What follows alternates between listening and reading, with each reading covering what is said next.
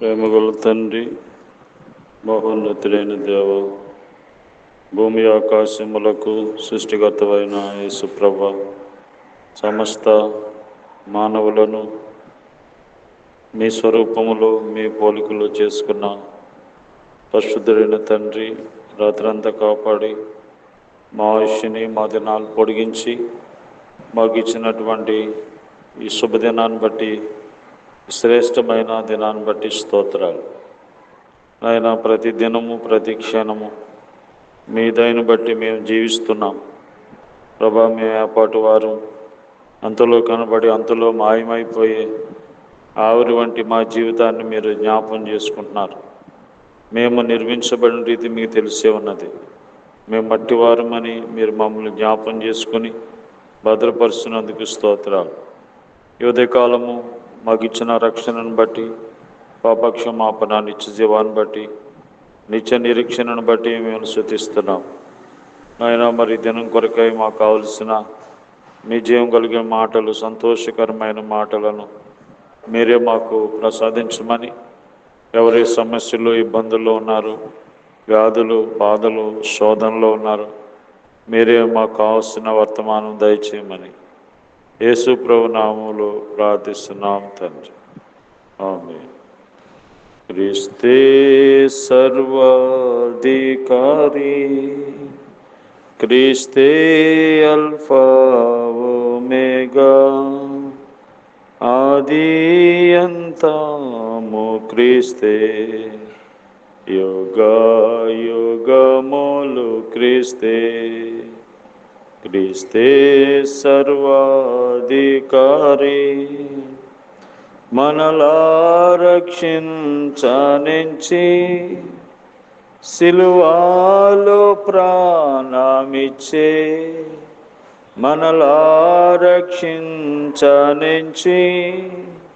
సిలువలో ప్రాణమిచ్చే, తగ్గించుకొని నా వాడై తన ప్రేమనెంతో చూపే, తగ్గించుకొని నా వాడై తన ప్రేమనెంతో చూపే. క్రీస్తే సర్వాధికారి, క్రీస్తే అల్ఫా ఒమేగా, ఆది అంతము క్రీస్తే, యుగ యుగములు క్రీస్తే. క్రీస్తే సర్వాధికారి, నీదు రక్షణ కొరకై ప్రభు సమయమిచ్చుచుండే, నీదు రక్షణ కొరకై ప్రభు సమయమిచ్చుచుండే, నేడే రక్షణ దినము అంగీకరించుమిప్పుడే, నేడే రక్షణ దినము అంగీకరించుమిప్పుడే. క్రీస్తే సర్వాధికారి, క్రీస్తే అల్ఫా ఒమేగా, ఆది అంతము క్రీస్తే, యుగ యుగములు క్రీస్తే. క్రీస్తే సర్వాధికారి. దేవుని పరిశుద్ధ గ్రంథమైన బైబిల్ నుండి ఈ దినము ద్వితీయోపదేశకాండము 30వ అధ్యాయము 5వ వచనం. నీ పితరులకు స్వాధీనపరిచిన దేశమున నీ దేవుడైన యెహోవా నిన్ను చేర్చును, నీవు దాన్ని స్వాధీనపరచుకొందు.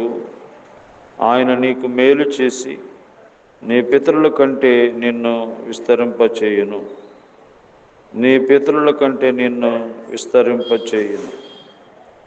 విస్తరింపజేసే దేవుడు తన ప్రజలైనటువంటి ఇశ్రాయేలు ప్రజలు దేవుని నిబంధనను భంగపరిచారు, తిరిగి వారు తమ తప్పును తెలుసుకొని దేవుని దగ్గరికి వచ్చి ఆయన నిబంధనను మరి ఆయన వాక్యమును అనుసరించి నడిచినప్పుడు దేవుడు వారిని విస్తరింపచేస్తానని, వారి పితరుల కంటే వారిని విస్తరింపచేస్తానని వాగ్దానం ఇస్తూ ఉన్నాడు. దేవుడు మనలను ఆయన విస్తరింప చేయాలి, ఈ భూమి మీద మనం అభివృద్ధి పొందాలి అంటే మనం ఏం చేయాలి? నిర్గమకాండము 1వ అధ్యాయము, నిర్గమకాండము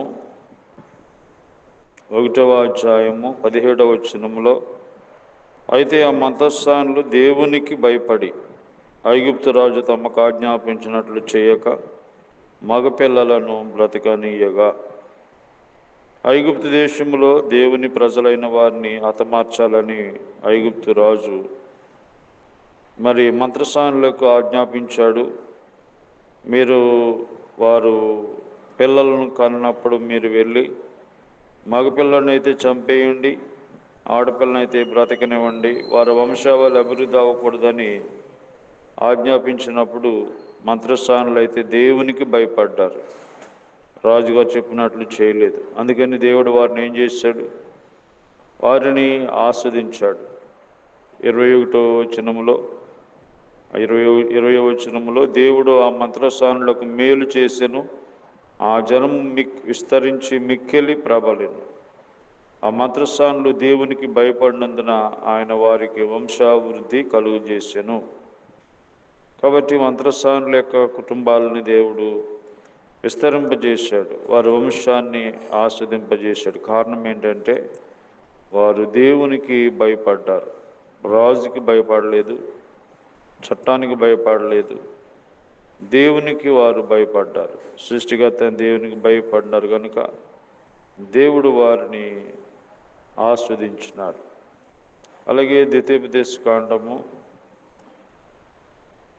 30వ అధ్యాయము 16వ వచనములో, నీవు బ్రతికి విస్తరించినట్లుగా నీ దేవుడైన యెహోవాను ప్రేమించి ఆయన మార్గములందు నడుచుకొని ఆయన ఆజ్ఞలను, కట్టడలను, విధులను ఆచరించుమని నేడు నేను నీకు ఆజ్ఞాపించున్నాను.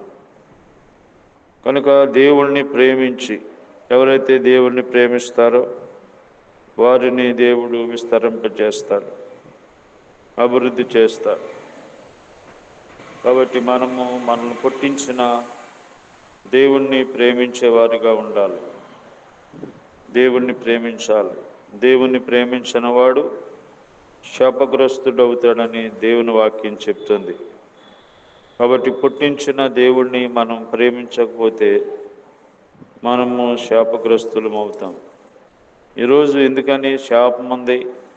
దేవుణ్ణి ప్రేమించట్లేదు కనుకనే మన ఇంట్లో, మన ఊళ్ళో, మన జీవితాల్లో శాపం అనేది ఉంది. ఆ శాపం పోవాలంటే దేవుణ్ణి ప్రేమించాలి. మూడవదిగా హెజ్కేలు గ్రంథము 37వ అధ్యాయము 26వ వచనంలో, నేను వారితో సమాధానం అర్థమైన నిబంధన చేసేదను, అది నాకును వారికి నిత్య నిబంధనగా ఉండును. నేను వారిని స్థిరపరిచేదను, వారిని విస్తరింపచేసి వారి మధ్య నా పరిశుద్ధ స్థలము నిత్యము ఉంచేదను. దైవికమైన సమాధానము కలిగి ఉండాలి. కాబట్టి మనము దేవుని యొక్క సమాధానము కలిగి ఉన్నప్పుడు దేవుడు మనలను విస్తరింపజేసేవాడు. సమానార్థమైన నిబంధన చేసేదను, అది నాకును వారికి నిత్య నిబంధనగా ఉండును. నేను వారిని స్థిరపరిచేదను, వారిని స్థిరింపజేసి వారి మధ్య నా పరిశుద్ధ స్థలము నిత్యము ఉంచేదను. కాబట్టి దేవుని యొక్క సమాధానము మనం కలిగి ఉండాలి. దేవునితో సమాధానం, దైవ సమాధానం కలిగి ఉండాలి. కొంతమంది ఇప్పుడు కూడా సమాధానం ఉండదు, ఎప్పుడు గొడవలు, ఎప్పుడు కలహాలు, వారి జీవితం అంతా కలహాలతో ఉంటుంది. కాబట్టి దేవుడు మనల్ని విస్తరింప చేయాలంటే భయభక్తులు కలిగి ఉండాలి, దేవుని ప్రేమించాలి, దేవుని సమాధానము కలిగి ఉండాలి. ఆ విధంగా ఉన్నప్పుడు దేవుడు నిన్ను విస్తరింపజేస్తాడు, ఆస్వాదిస్తాడు. మనల్ని విస్తరింప చేయాలని, మనల్ని ఆస్వాదించాలని దేవుడి లోకానికి వచ్చి ఆయన మన మీద ఉన్న పాప శాపాలన్నీ తీసేశారు.